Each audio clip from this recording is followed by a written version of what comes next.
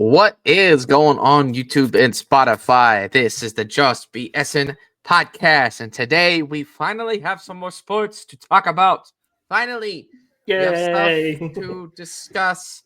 Last week was obviously such a bore fest. If anybody tuned in to the NBA All-Star game, it was not worth the watch at all.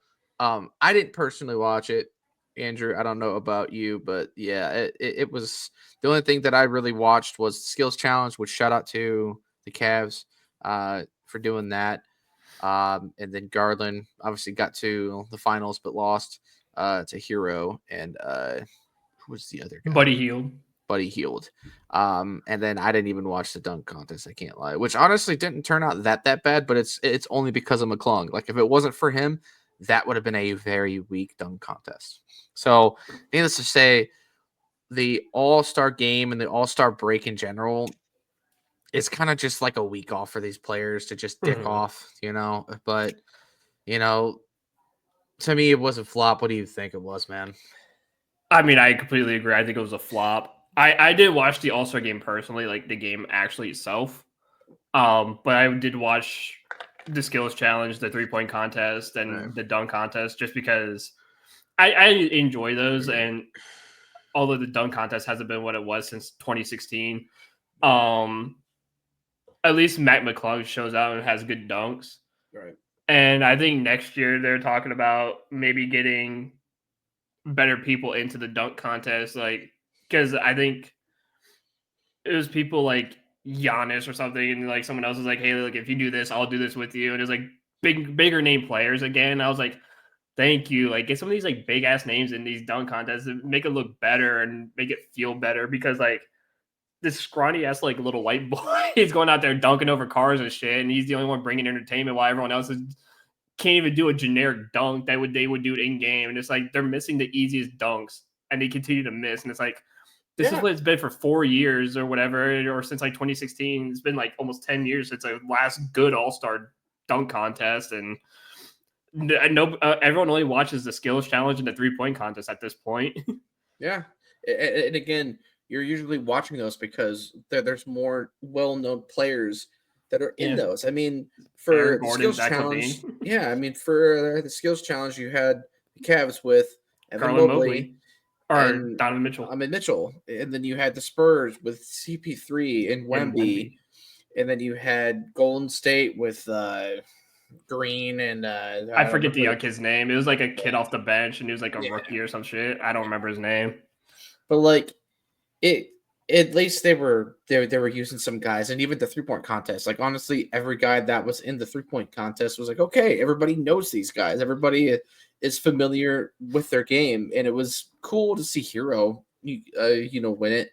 I know Dame was kind of the favorite. Yeah, the favorite for a 3-peat one, and so it was just nice to see somebody different go, and even seeing Heel do as well as he did was awesome. Well, I think everyone in the 3-point contest all had 3-point percentages over 38% or something. Yeah, they were all good shooters, but then you go to the dunk contest, and the guy that's been winning it for the last 3 years doesn't even play in the NBA. He plays in the G League. He makes more when he wins the dunk contest than he does in the entire year in the G League. He only makes like $120K in the G League year, which don't get me wrong, that's still good money. Like, don't get me wrong, I would take 120 grand every year for the rest of my fucking life if I could. Oh, absolutely. But we're not out here like that. But he wins a dunk a dunk contest. He wins like 360K just doing that. So like, no wonder why he wins it. That's all he fucking prepares for. He probably doesn't even play in the G League anymore. He probably just says that he is and just does it. Actually, he's been averaging almost like 20 points per game in the G League. I mean, he's won it. And I think he won. I think he also won MVP in his first year that he won the NBA dunk contest. He also won MVP in the G League. Because I think he averaged like 25 a game or something in that.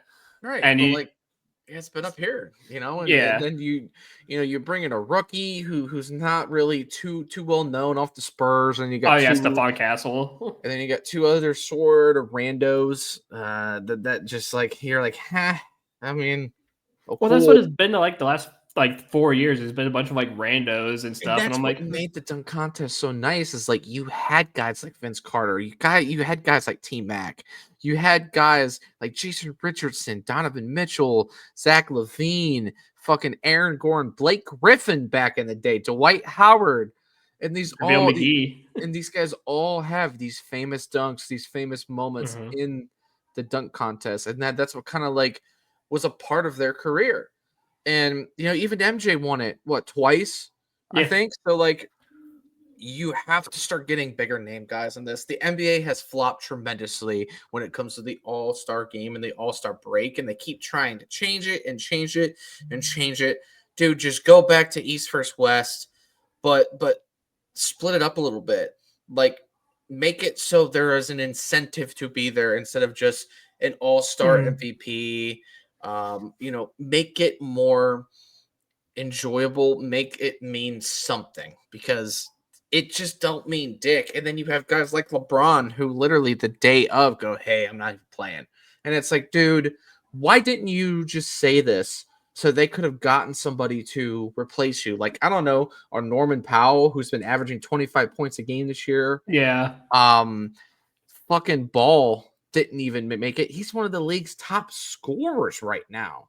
Like that's the other part of this all-star game is the best players did not get voted in. Not everybody at least.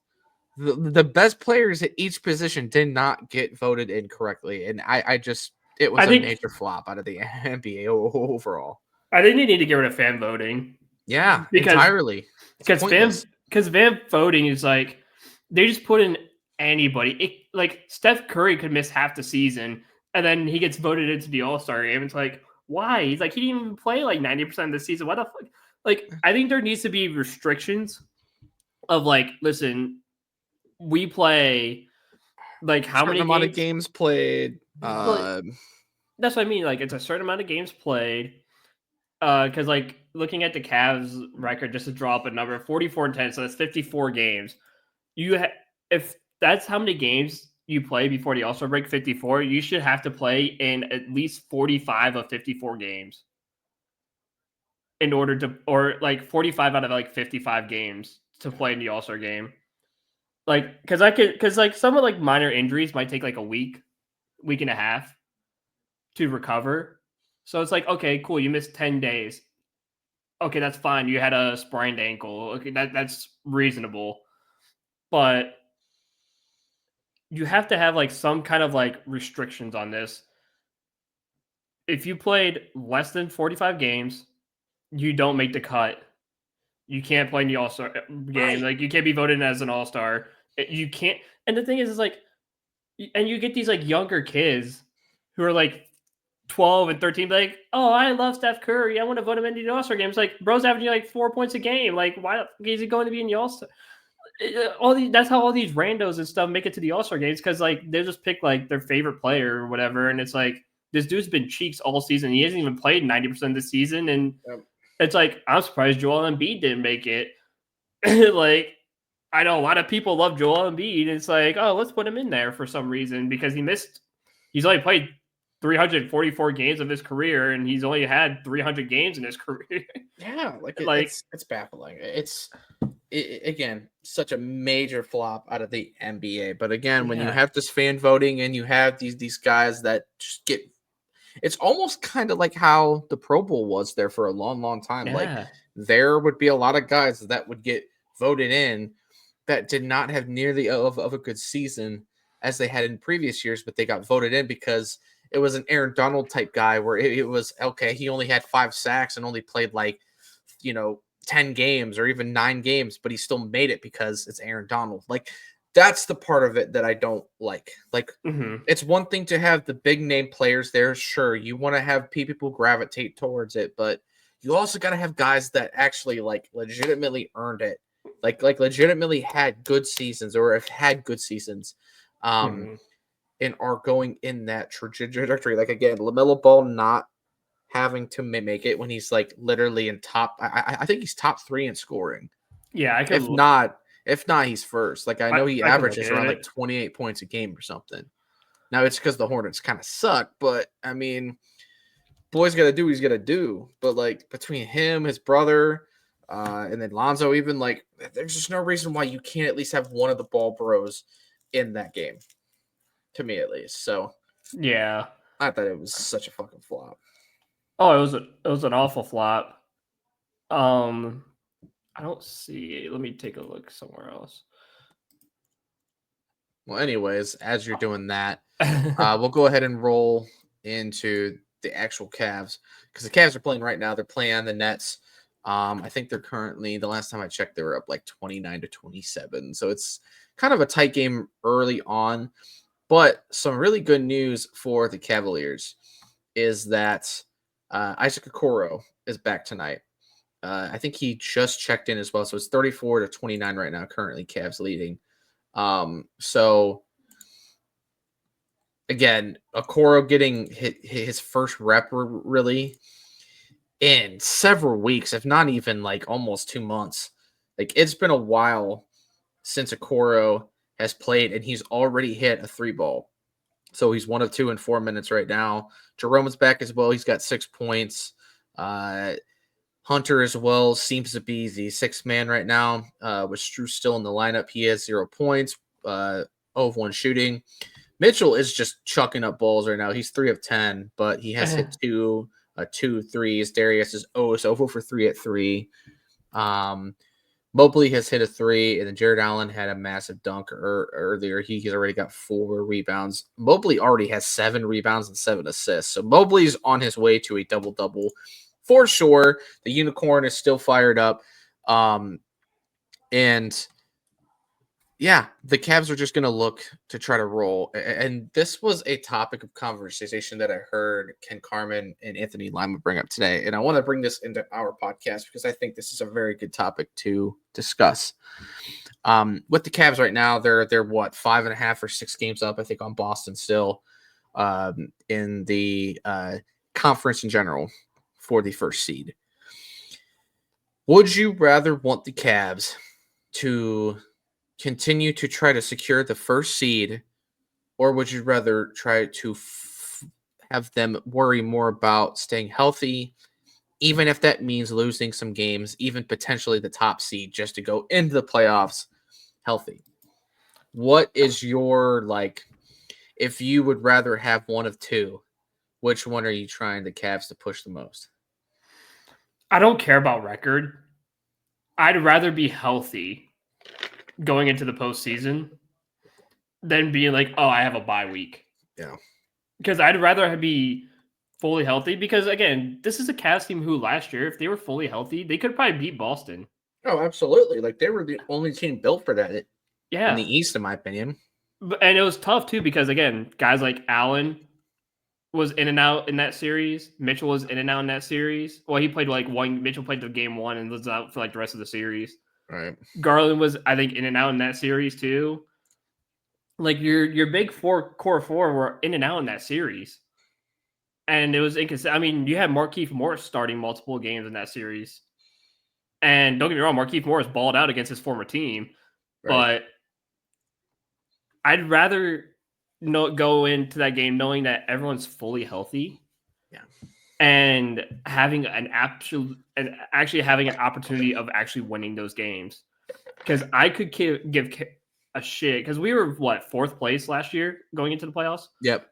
I'd rather be that and healthy than number 1 and injured, and being like, okay, well, we still have the week off, but that doesn't mean these guys are going to be coming back immediately, and it could hinder your first playoff opponent. Like, you could play probably Boston in that first round, and next thing you know, you have Garland out injured, you have Mitchell out injured, and next thing you know, you're down quickly in the series, and now you have to play catch-up ball, and I don't want to do that. I'd rather go in completely healthy, and being like, okay, we can go toe-to-toe with Boston and beat the shit out of them, and it being a good series.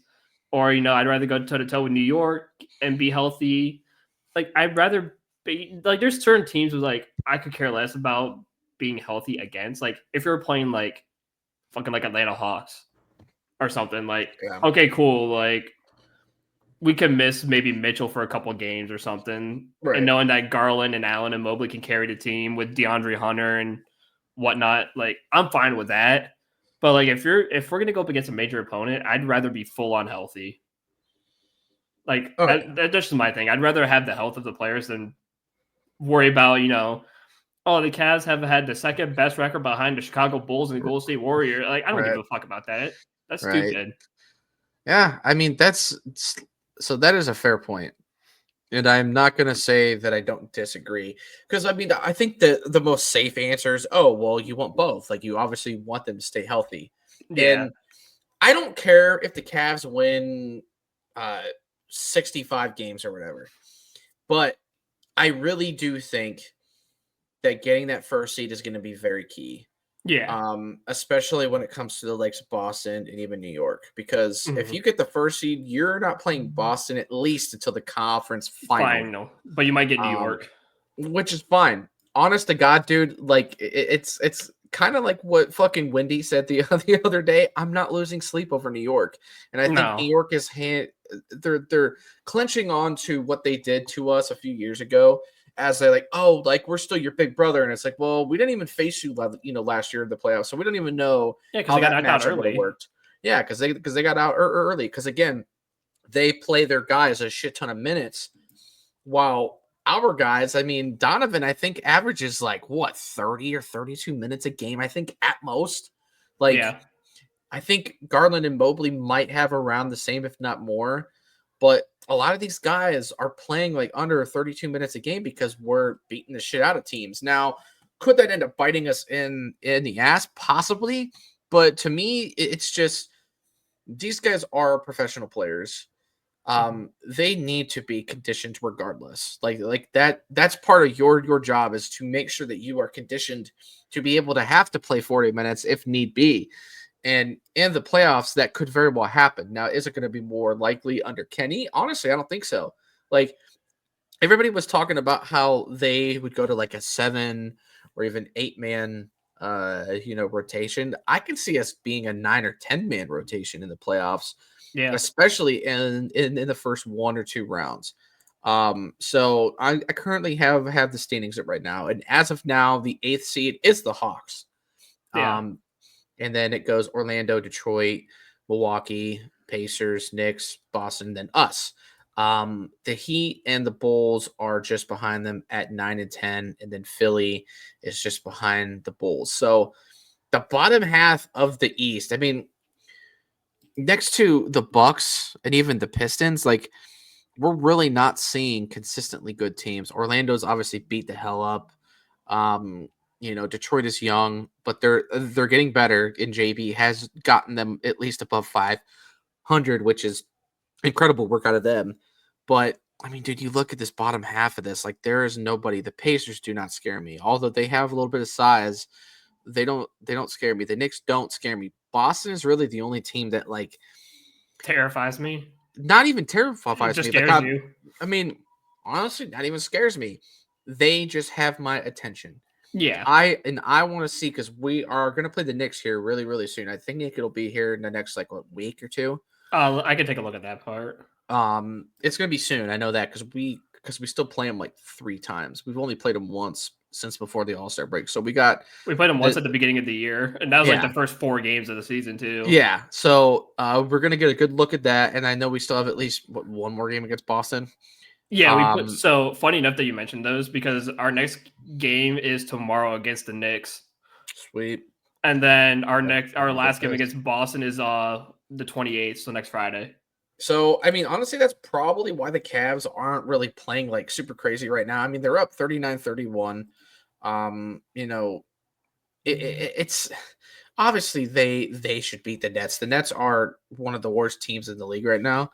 Um, obviously Washington is the worst one, but like the Knicks or the Mhm. Nets have been terrible, and we've beaten the snot out of them the last well, at least the last game we played them back in December, we beat them 130 to 101. So and Cam Thomas hasn't even entered the fucking game yet. Cameron Johnson only has 2 points. He's 0 of 2 from three. Keon Johnson's really the only guy making some noise for them.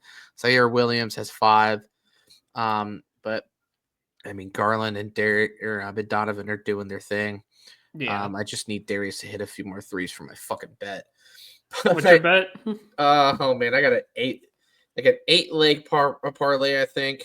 Let me pull it up real quick. I got Jared Allen with 10 points, Garland with 20 points, Mobley with 20, Donovan with 3 threes, Garland with 3 threes, Hunter with 2, and then Mobley and Allen to both record double doubles, which so far they're going to be on their way to that.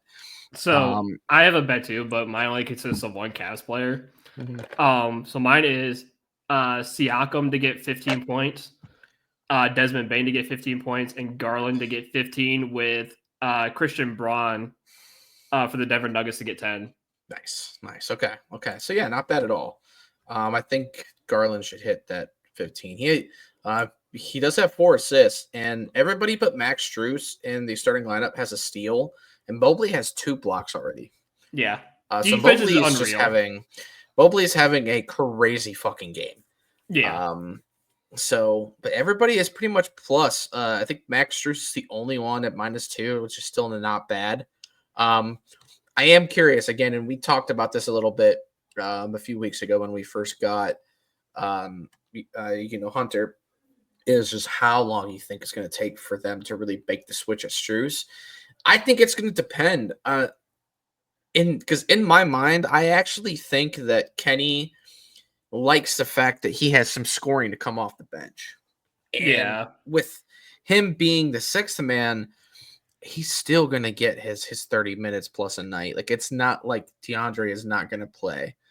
And for some series, like when we go up, up against the likes of Boston and even the Knicks, I think Hunter would get the start just to give us that size and leverage. And even getting Javonte Green, who is not going to be a big time scorer, but he is in like the 95 percentile in defense in terms of a wing defense. He's only 6'5", but he's got a wingspan of about 7 foot. Like, he's lengthy. He's a career like 35% 3-point shooter. So not terrible, but not great. I think he averaged around like 6.5 or 7 points a game this season. I know a few years ago he averaged about 12 for the Bulls. So again, he brings us more wing power. I know we brought up that G League kid. I forget. I think it's that Tomlin kid, right? Yeah, Naquan Tomlin. Yeah. So we'll see how he does. I know he's been balling in the G League, so Yeah, he's been killing it. It's not too surprising that they did that. But again, Jalen Tyson, I really hope he continues to get at least that 10 or 12 minute mark a game, because I think he's valuable. I think his motor is just a nice thing to have. He brings solid, effort on defense and on offense, and he knows how to pass the ball around and actually facilitate a little bit as a 3 or 4 wing. So it's nice. Sam Merrill currently 0 of 2 right now, but with his shooting and the way he has been shooting, you have to give him the confidence to really be out there. And Okoro, man, Okoro's the guy that I'm actually really excited to see start to get back into this lineup, especially now with Hunter. Because it's almost like a curiosity thing of like, okay, where does he play? Like, where is his place? Yeah. And I think for him, like, if they want to play small ball with him, fine. But Okoro can man down the 2 guard a little bit more now as a defender and then switch off between the 2 and 3. But we have wings now. The only thing that we didn't really do in the buyout market was get a big guy. But if Tomlin ends up being really, really good for us, then cool. That's great, because then it avoids us having to use Tristan, which isn't the worst case scenario, but I don't want to see Thompson be getting 10 minutes in a playoff game. That to me is just not that's not even going to happen. That's not even in the cards. So, but you just want that just for depth, in case a guy like Mobley or Allen rolls in, an ankle or something like that, and then you got to deal with that. But yeah, man, it's gonna really come down to, for me, I would really like for them to secure this first seed to kind of get back to that topic. I do want us to be healthy, but I think the way that we've played this season, I think it's really hard for us not to stay healthy because Kenny is doing such a great job at keeping these guys fresh during these games. And when they get these big leads, by the end of the third quarter, none of our starting five is really going to be in beyond the 9 or 8 minute mark in the game. And after that, it's bench guys. So he just does a good job with his lineups, which was a thing that we hated JAB for. So again, I think it's just a totally different world with Kenny. Yeah. And that's why I trust him to do that, which is why I'm saying go for that fucking first seed. Go for it. Lock it down, because I'm telling you, if we get the first seed, the Rocket Mortgage Fieldhouse, or now the Rocket, is the Rocket Arena. Calling it the Rock is what I call it. It's gonna be fucking packed. Like playoff time is gonna be excellent, especially with baseball in full flow. Oh my god, it's gonna be so lovely. I'm so excited for this, man. Me too, dude. And speaking of the minutes too, as you said, DeAndre Hunter actually is leading the team in minutes right now with 13 off the bench, because Mobley just hit his 13th minute. Jared Allen, Garland, and Mitchell are all at 12, and Max Strus is at 10. And then you have Hunter at 13, Okoro at 8, Jerome at 11, and Merrill at 9. So very evenly spread out minutes for everyone. And also, don't forget, we also got Javonte Green from the buyout. Yeah. Which is another big addition, too.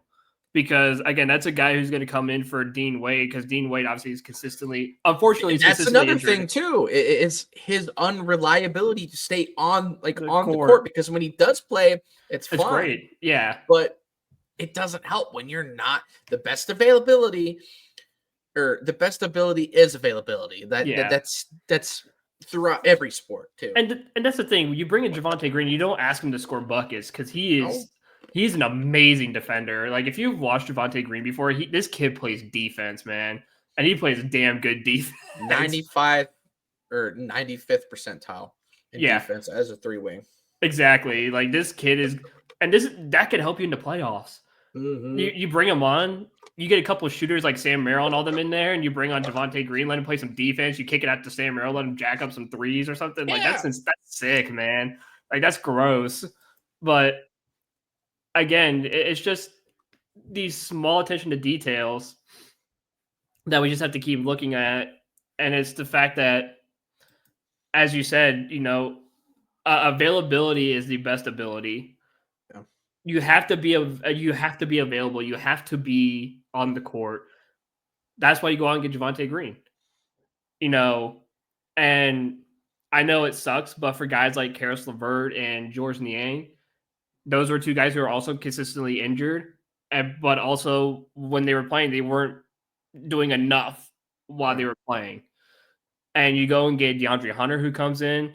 He's a guy who always stays healthy and drops almost 20 a game off the bench. That's what you love about him. So the Cavs have made the smart moves. And like you said, they're not overworked, because Kenny Atkinson doesn't overwork these guys. He plays them at most 30 minutes, and they're good. We're not playing 40 minutes with Donovan Mitchell and Garland. Next thing you know, they can't play the next game because they're injured, because they played. Like, those guys wouldn't play tomorrow, because those guys would be like, man, I'm so exhausted. Like, my ankle hurt. Like, I just played 40 fucking minutes. My body's sore. It hurts. Like, I can't do that again. And you know damn well they're gonna go out the next night and play another 40, because that's how JB rolled. Back-to-back nights of 40. You just played 80 minutes in 2 days. I mean, I'm a soccer player. I played 90 minutes in one game. Like, it sucks. It sucks. But I had to do it. It was my job. I had to do it, but it sucks. So I get how they feel, because I do it in one game and they have to do it back to back. But these basketball players, like, they're not. Don't get me wrong. You guys do exert a lot. We're conditioned we're conditioned a ton. Like, we could do 90 minutes easy. But it's like these bursts of speed going back and down a court. Like, it's tiresome. And it's also on a hardwood floor instead of a grass field. It's it is a totally different thing. But again, soccer players are conditioned for that constantly, and so Yeah. they're used to it, Oh, and dude, that's why. soccer players would make great basketball players because we could just run up and down the court like it's nothing, and just you just gotta teach us how to shoot and do layups and shit. We'll be fine. Literally, like, because I mean, let's see, how many substitutions total can you have in soccer? So It's only a few per team, right? it just changed because I think before the World Cup of 2022, you were only allowed 3 subs per game. Yeah, that's what I Now, thought too. now it's up to 5. So now you're allowed 5 because obviously injuries have gone up Yeah. in recent years. So they allowed 5 just because injury purposes. So now it's 5 subs. But still, Especially you have 23. You have 23 players. You have 11 on the field and basically another 12 on the bench. yeah. So there's certain guys who don't even get to fucking play out of the 23. Yeah. Well, too, you got to think about this. Like, so when you run out of your subs, and then let's say somebody gets hurt in those last like 5 or 10 minutes in that game, You gotta play you don't have another sub, which means you're playing 11 on fucking 10. Like, how many times does that happen? Because it's all the time. fucking frequent. It's and every these guys game. have to play the field, and like that's another difference. Like soccer, man, it's a totally different fucking element. Like it really is. It's a different hell, that's for sure. It is, but it's fucking fun, man. I used to love it, dude. I don't miss the days where like you sprain your ankle, but again, like you said, you're out of subs, so you're sitting there like hobbling on the field. Like I gotta stay out here because I can't get subbed out, so I'm sitting there fucking hobbling. I'm like, oh my god, my leg hurts. I can't do this shit. My senior year, it was the first game of the year that we played in football. And this was at like the end of August, I think was our first games. It was, I think we were playing Newton Falls or something. And I think on the field, it was around 100 degrees that day. It was a hot fucking day. And I just remember towards the end of the game, because I was a left guard at the time. And when I pulled to go make my block, as soon as I hit the guy and tried to move up, both of my calf muscles just fucking cramped up immediately, and I was just like, and I played through it. I just played through it, and then at the end of the game, they're like, "Go ahead and take a knee," and I was like, "Okay, okay, hold on, I'm just gonna stand up, coach. I'm sorry, I'm cramping." Like, it was so bad, man. My only injury, well, I have had multiple injuries. My only leg injury I've had was a knee contusion because me and this kid collided knees. Yeah. And that shit hurts like hell. I mean, that's what happened to Dean Wade. Literally. Yeah, so I had a knee contusion, but like you said, we were out of subs, so I had to play with a knee contusion, and it hurt like a bitch trying to run. Like I was basically just a body out there because I had to stay on the field. I can't, like, I already got my treatment off the field, but they have to put me back in, so it's 11v11. So I'm out there. Now, soccer does have a rule where you're allowed an extra sub if it's a head injury. Yeah.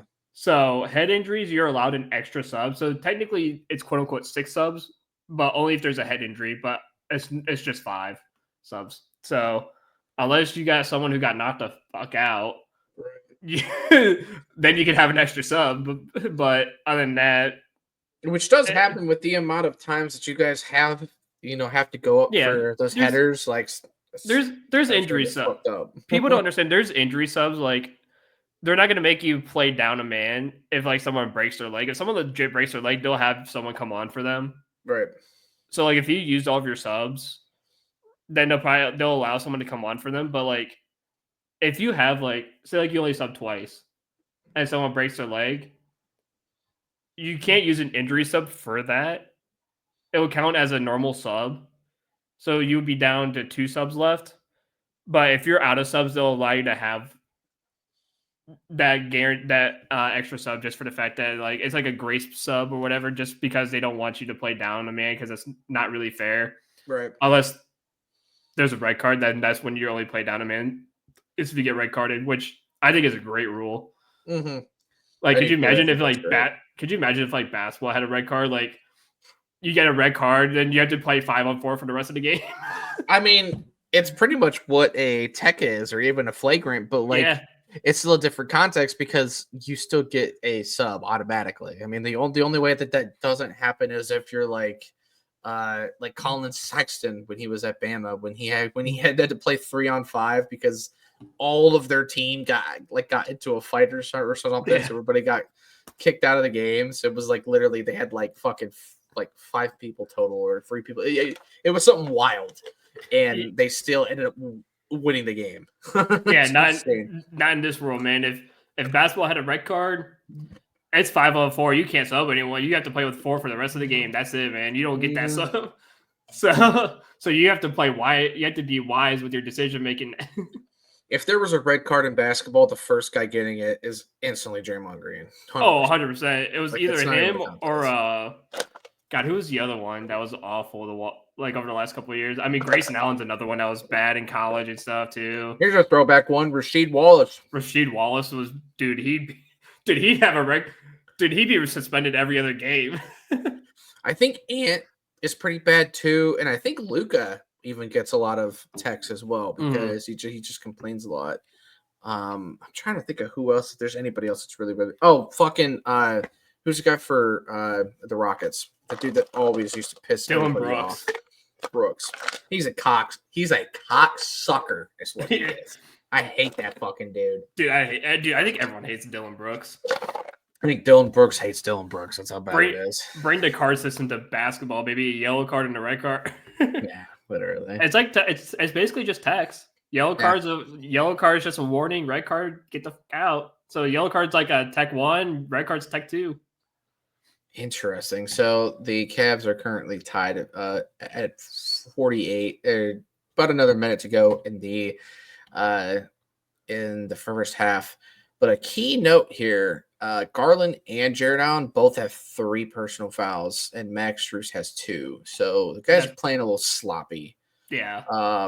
First game back, it happens. Yeah, I mean, honestly, I'm surprised everybody is playing today. I really thought that either like Darius or like Donovan would sit out, but these guys want to play, man. And like that's certainly a good thing to have. These guys do like care about being able to go and show up, especially for the fans, because they know that these fans go out and pay good money to go see it. But yeah, the Cavs are getting ready to end the half here.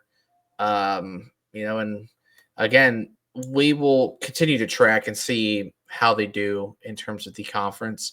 But again, even if they win, like, let's see, they're 44-10 now. If they win another 20 games, they're still winning fucking 64 games in a season. So, like, I think as soon as you get to like 58, I think you're going to probably have the best overall thing in the East, because the East is just so damn weak. If it was the West, it'd be a little different, but the East is just such a weak conference. Like, it just doesn't really bother me, and I think the Cavs will do it as long as they continue on the road that they've been on.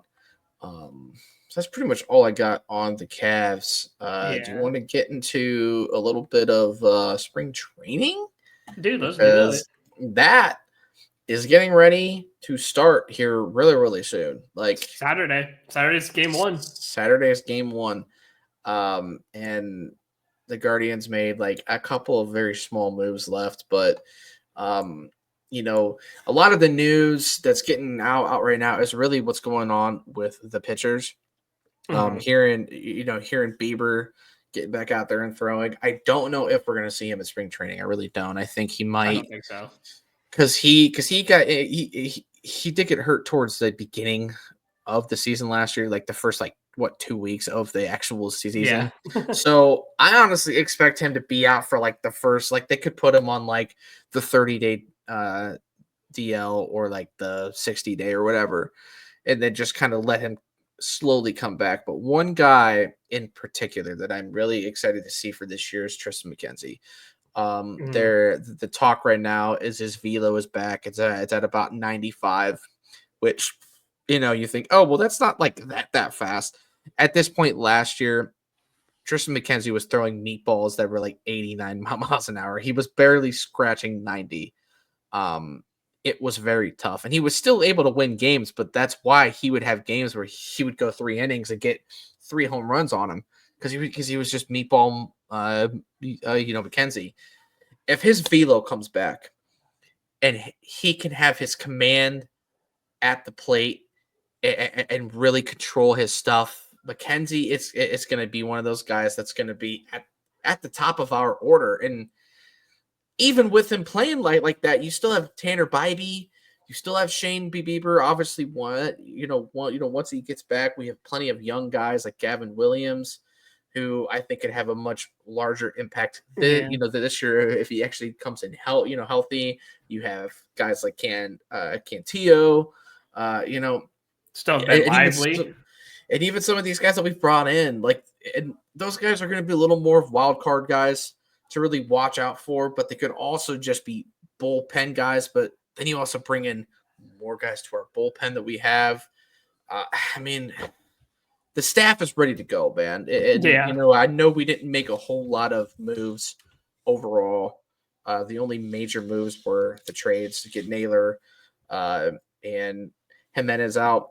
But when you look at this lineup, it's still pretty young and it's exciting, man. Like, is there one guy or just a group of guys in particular that you are looking forward to the most seeing, especially within the spring training?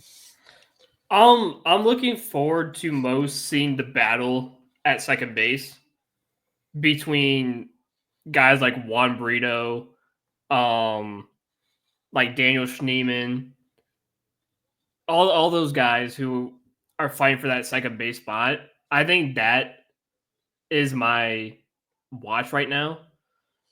Because again, that's the big question: is who's going to play second base?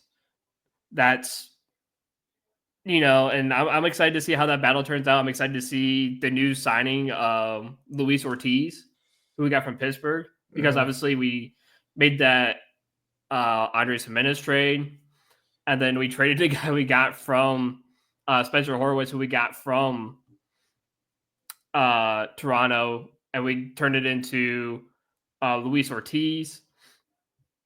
And that's going to add to that starting five rotation really nicely. So I'm excited to see him, how he transitions into that. I'm excited to see Slade Ciccone, who we've activated back in December. He's supposed to be a gem who throws like 97, 98. And he could be, like you said, a young guy who could be a starter if he works on his control a little bit, which by his spring training he looks really good right now. Yeah. So he could be added to the rotation or be dumped into the bullpen. I mean, there's just a lot of guys that I'm just ready to see. Carlos Santana's back. I'm excited to see him. We also have Paul Sewell, who we signed, that I'm excited to see. Just a bunch of just small stuff. Again, Chase DeLauder. That's the guy That's the guy. Yeah, Chase DeLauder is another one I'm excited to see. And then obviously we made a couple moves in February. I mean, we picked up Jacob Junis, who is a guy you could add to the rotation. Who Junis is kind of like another like Ben Lively addition. Yeah. Kind of a guy in his like early 30s, whatever, who had a great like start to his career stuff, and then he kind of like faded a little bit, but still has some juice left that he could prove. The one I know we talked about before is John Means, who we signed, who is more of like a Matthew Boyd situation, who's getting ready to come off of TJ, but when he pitches, I mean, he's just an animal when he's on the mound. So it's a very low risk, high reward type of signing, like you got with Matt Boyd. So there's a lot of people I'm excited to see, and what sucks too is guys like David Fry and Sam Hinches were added to the 60-day injured list. I saw that. So that's a little David upsetting. Fry, he had that surgery, I think, at the end of our run. So that doesn't surprise me. They're probably just doing that. So they're probably just doing that as a precaution. To be honest with you. Yeah, because everyone was wondering like why he was playing, but he wasn't playing in the field, because he usually would play in the outfield or be behind the plate. But I guess he had something in his shoulder that was like a little bit separated, and it was hard for him to throw. Yeah. Or throw with like velocity. Like he could throw, but it would hurt a little bit. It's almost like what happened with like McKenzie and something. Like he could throw, but like it wouldn't have like a lot of velocity behind it. He would just have to work on it more. But he opted for the surgery, obviously. Yeah. Unlike McKenzie, but But he was told he was still allowed to hit, so he was allowed to DH. And I mean, it didn't really hinder his hitting ability because oh my god, was he mashing the baseball? No. But again, smart. He's going to the 60-day injured list. They said it might not even be. It might be shorter than that. If everything rehabbing wise goes well. But yeah, I mean, I'm excited to see a lot of these people just to see what we have, you know. But again, my main attention is at that second base spot. Yep.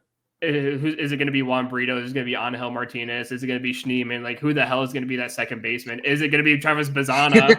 Yeah. Like, who the hell I is it going to doubt that be? part. Yeah. I mean, I doubt that part.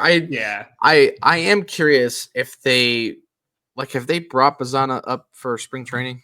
I think Bazzana is on the spring training Okay. roster just so they can see what he's got. Because I mean, you might as well. I mean, it's spring training. You got I mean, you got to see what you guys got. I mean, obviously, I don't think the move is to bring him up, but Brito is going to be. I mean, he's probably going to be our starter. At least he's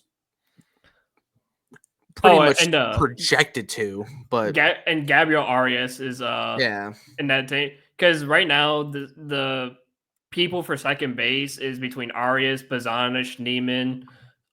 Chase DeLauder could play right field and second base. Mm-hmm. Again, there's so many freaking options. I mean, who else is that? Who else is at third base as well beyond Jose? That's what I'm curious about. Again, probably Gabriel Arias. It's just all the utility guys, Schneemann, Arias, because they've all played third base when Jose wasn't playing. Angel Martinez. Mm-hmm. So there's a lot of options that can play second on the infield because we have. I think that's the nice thing about the Guardians lineup is that we have so many utility players like that. Yeah, that can play all over the infield, and they're all decent hitters too. It's not like they're all like horrible. So all those guys will play. Like, don't get me wrong, every single one of them will see the field.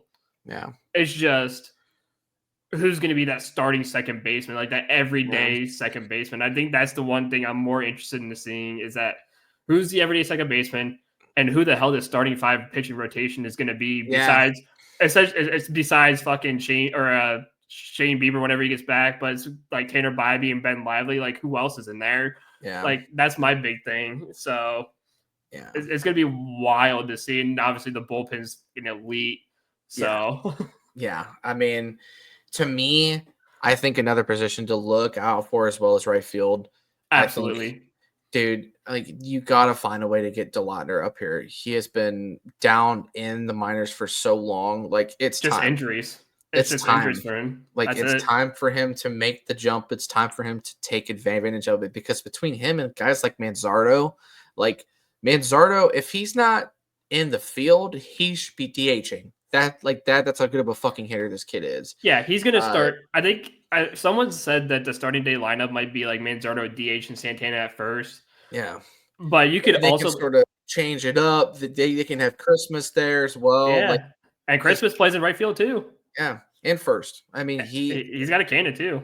That's why they got rid of Naylor, and that's why I know people love Naylor, and don't get me wrong, he was a great guy to have here for the last few years. Mm-hmm. But when you just look at the logistics of this team and who we have, it just made so much sense to get rid of him and even guys like Jimenez because we have so much below them that we need to see what these guys have, and they could end up being better or doing more for us than the players that we originally had. I mean, when you talk about Naylor, all we complained about, especially in that playoff run, was, dude, you're swinging at everything. You're swinging at dirt, you're swinging at air, and you're not making contact.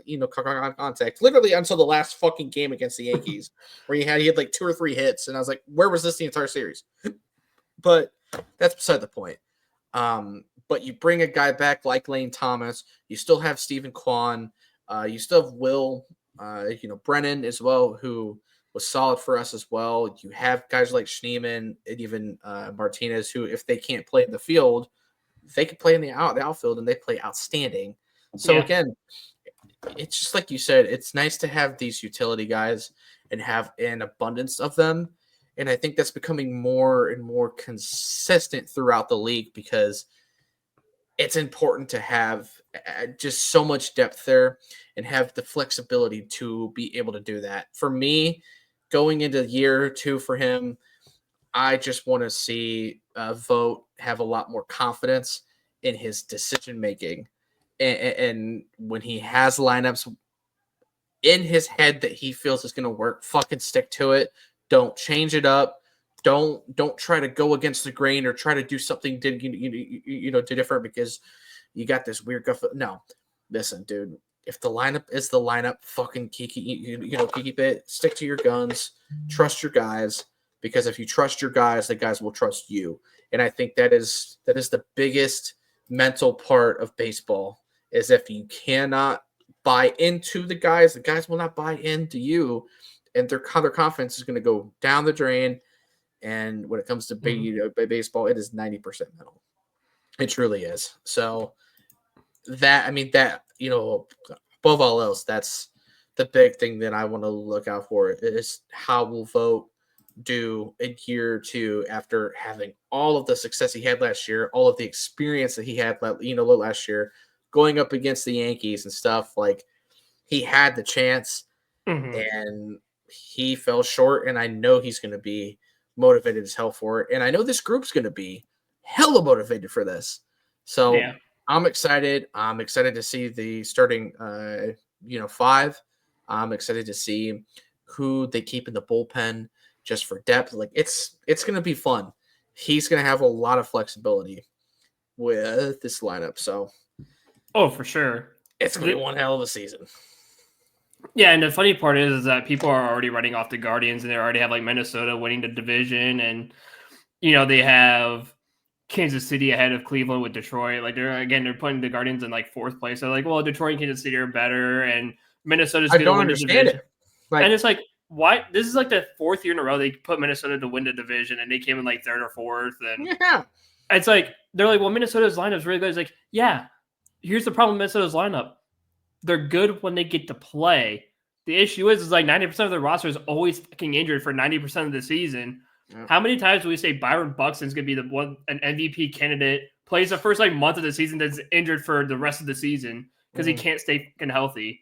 Like, this dude crushes the baseball, is fast as shit, and he plays all of like April, plays some of May, and then after May, he is non-existent because he can't even stay healthy. Yeah. So it's like Minnesota will be good. And even same with the Royals, because the Royals have a good pitching staff, but their fielding is terrible. Have enough. Yeah, Bobby Witt Jr. is the only good player on the field. I don't think they have enough consistent hitting to keep them in games. It's the pitching that's going to keep them lower on in the the run department, but it's not going to matter if you go up against a team like the Guardians who can fucking score now. Yeah, well, and that's the thing. Like, my top 2 teams are the Guardians and Detroit because both have great pitching and great hitting. That's why Detroit and the Guardians were so successful last season. Great pitching and great hitting. They could score runs, but like Detroit had Tarek Skubal, who was an absolute, obviously won the Cy Young. He was an animal. Yeah. And damn near unhittable. Until we got to him. Yeah. and then they have guys on the bench or guys on the field like Kerry Carpenter, who is really good. They have Riley Green, who's really good. They have so many good, talented Torkelson, who's good. They have good players. Cleveland, obviously, we have it's Jose, Quan. We have every single person you could think of in this lineup. Lane Thomas has mashed. Noel has mashed. Right. I mean, you can go on and on. The pitching staff is incredible. The bullpen's insane. And there's a stat of like if the Guardian, like last season, the Guardians had the lead going into the 6th inning. The Guardians had a 100% win rate after the 6th inning. Like, the Guardians didn't lose a single game after the 6th inning with the lead. It's because this bullpen was so filthy. As long as they stay healthy, it's going to stay that way. And could you imagine if you get Sam Henches back in that bullpen as a hell? Oh my god, nasty! Jeez. And Trevor Stephan, who's actually healthy now. Yeah, like Trevor Stephan's healthy now. You just gotta get Sam Henches healthy. Like, and again, you add some of the guys I mentioned. you could add either Slade Ciccone into starting 5, or you could put him in the bullpen, and he's nasty. Yeah. Because Slade Ciccone is basically just another Cade Smith. Yeah. Just disgusting. Throws the ball 95 or 98 miles an hour, 99 miles an hour, and that ball moves too. Like his fastball moves just as much as Cade Smith. So, but again, like you said, Kansas City has a great pitching staff, but outside of Salvador Perez and Salvador Perez is about to be like 40 years old, and besides him and Bobby Witt Jr., they don't have any hitters. Yeah. They have nobody who could hit the baseball. Minnesota just can never stay healthy, and their owners are worse than the Guardians. Like their owners are terrible, and their coach is terrible too. Yeah. And they refuse to change any of that. And that's going to lead them to success. And they're always injured, so they're not going to be good. And everyone like rides them up, like, oh, they're going to be so fucking good, man. Like, yeah, good luck. They're gonna be on par with Chicago. Yeah. Like, and then, well, Chicago's the worst of the worst. They're gonna win another like 40 games. That's about it. Yeah, Chicago's gonna be in a rough spot again. So it's, you already know they're not even gonna be close to trying to contend. So, but yeah, I mean, the hate towards the Guardians is just hilarious to me, especially after the season we had last year. They don't believe we could do it again. They don't, and I'm ready to prove them wrong again, because we took the Yankees 5 games. Honest to God, we could have done better if we actually showed up for that series. I think we showed up a little scared, and I just don't think this team shows up scared again. I think we're fucking ready. I truly believe if Emmanuel Clase wasn't bad in the playoffs, we win those games, because we went into the 9th inning against the Yankees in game 4 with the lead, and if he closed it out, we win that game. He also did the same in game 5. Because I was at game 5 and he did the same, or no, I was at game 4 when he blew it in the 9th. Because we were up like 7-6 or something. We lost 8-7 in extra innings, and then he did it the next night after. And I was like, if Emmanuel Clase was just like he was in the regular season, we win those games. We're going back to New York up 3-2, because we won the first game in Cleveland. We go back to New York up 3-2 with a chance to go to the World Series.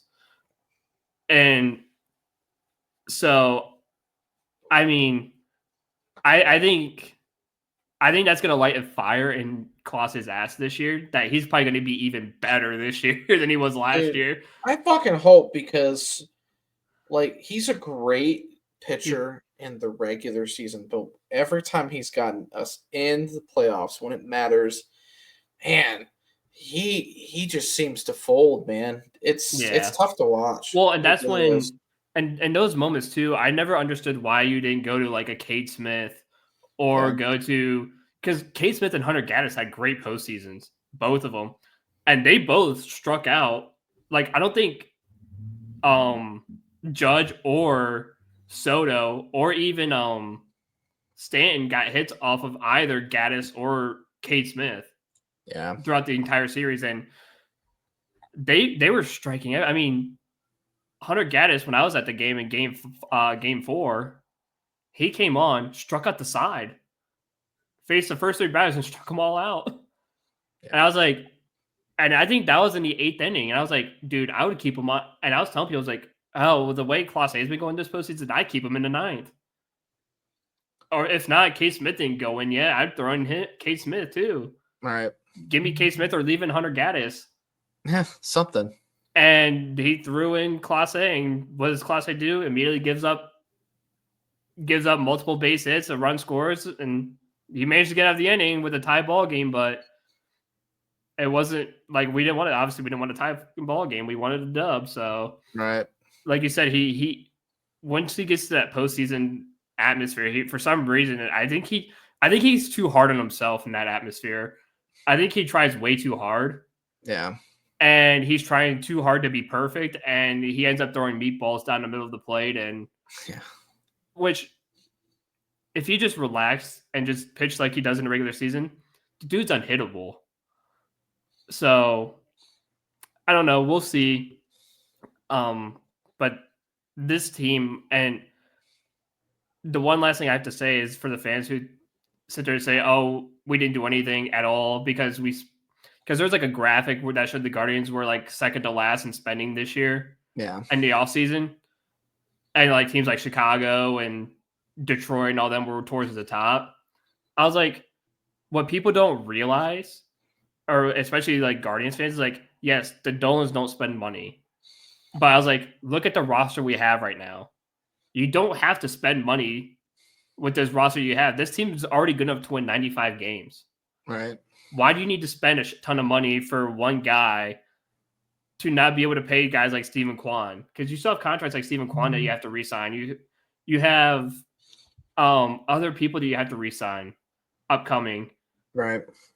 I'm sure if Lane Thomas has a good year, you signed him on a 1 year because you had to avoid arbitration with him. Yep. If you get him, if he plays well, you get him a long-term deal, and now you have a solid center fielder for a while. There's guys you have to give contracts to. Again, Tanner Bybee's one of them too. After this year with Stephen Kwan, you're gonna have to give him a contract. So yeah, and I mean, if you're going to spend money on anybody, it better be your own guys. I mean, well, that's the thing. Like, especially the guys that approved it. And look at the farm system. We literally just talked 5 minutes ago about how we have guys like Juan Brito, Schneeman, Martinez, Bazana. We have all these Gabriel Artias, all these people who are fighting for second base, who can also play outfield, third base, first base, shortstop. They can play everywhere. All they can't do is catch and pitch. That's the only thing they really can't do, and I'm surprised they can't do that either. I'm sure David Fry would make a great pitcher. Right. But the thing is like, and again, David Fry is going to come back, and you got to slide him somewhere. So what people don't realize is that all those guys too, they're great. Martinez was hitting 250 by the time he was out of the lineup before the postseason. The only one who was unsure was Gabriel Arias because he was the one who was really awful. But other than that, Martinez was hitting around 250. Schneeman was hitting around 235, 240. But again, those were guys who were in their first year. But there's so much good talent on this team. You have one of the best farm systems in baseball. Mm-hmm. Like you legit have I think it's a top 3 or 4 farm system in the league. You have one of the best farm. The reason why the Dodgers spend $1 trillion a season is because they don't have a farm system. Their farm system's ass. Yeah. So they have to spend $1 trillion. There's a reason why teams like Minnesota and Detroit and all that. Well, Detroit actually has a great farm system too. I think Detroit's in the top 3 in farm systems with us. So right. But like, there's a reason why guys like Kansas City and all them have to spend money is because they don't have good farm systems. New York's farm system is atrocious. Both New York teams, Cleveland has done such a great job over the last almost 2 decades building up that farm system where the Dolans are like, we have every right to be cheap because guess what? We want to pay our own guys. And we've made the playoffs out of 10 years under Tito Francona. We made the postseason 6 out of 10 times. Right. And made a World Series in that time period. Like, you don't need to spend $700 million on Shohei Ohtani and defer 90% of that contract. Yeah. Because guess what? That's going to put a team like the Dodgers in the next 10 years' time down a massive hole where they can't sign anybody because they have to pay all these contracts back because they deferred 90% of the players' contracts because they spent so much money on them. They're going to have to pay all that deferment back eventually. And that's going to cripple them for years.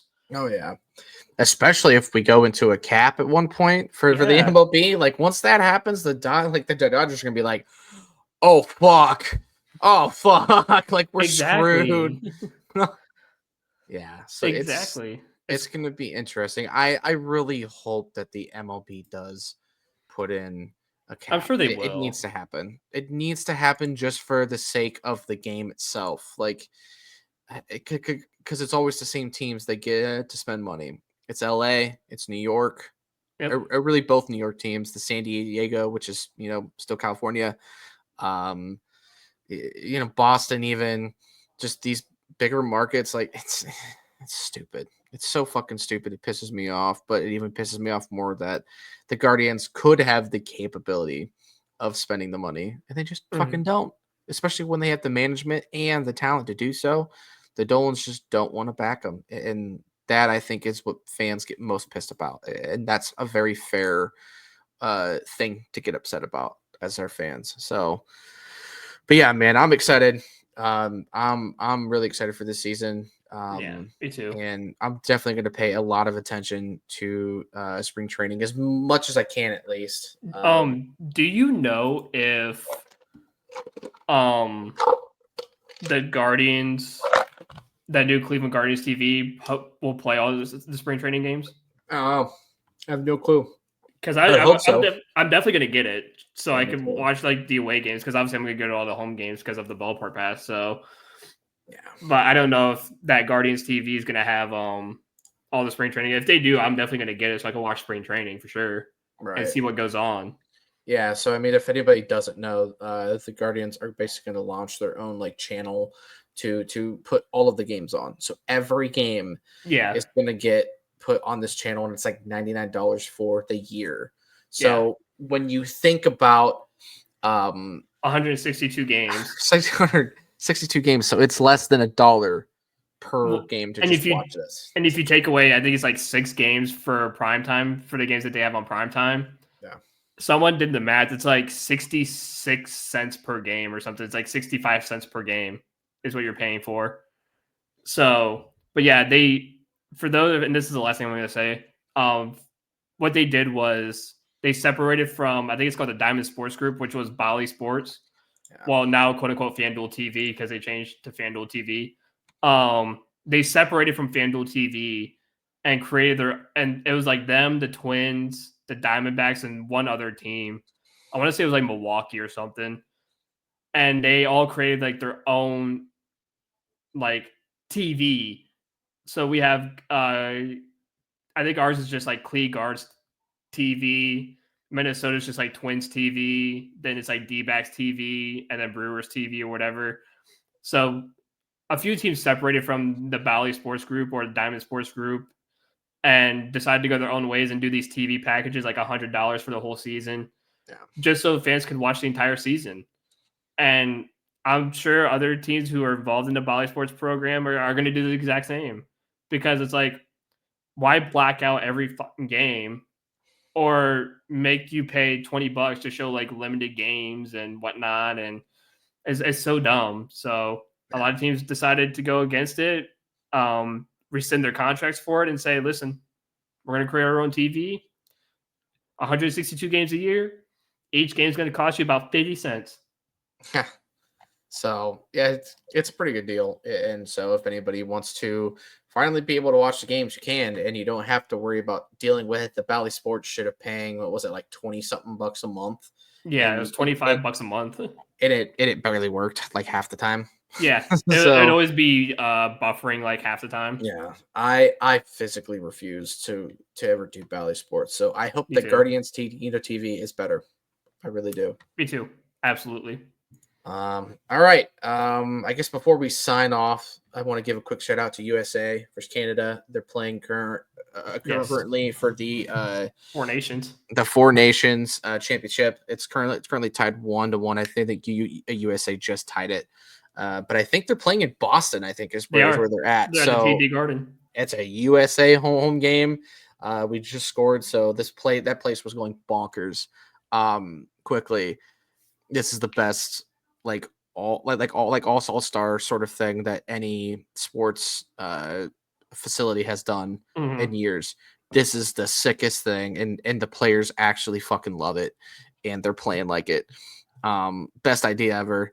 Just your quick thoughts on what you've thought about it, because I know you've watched way more of it than I have, but it's fucking awesome.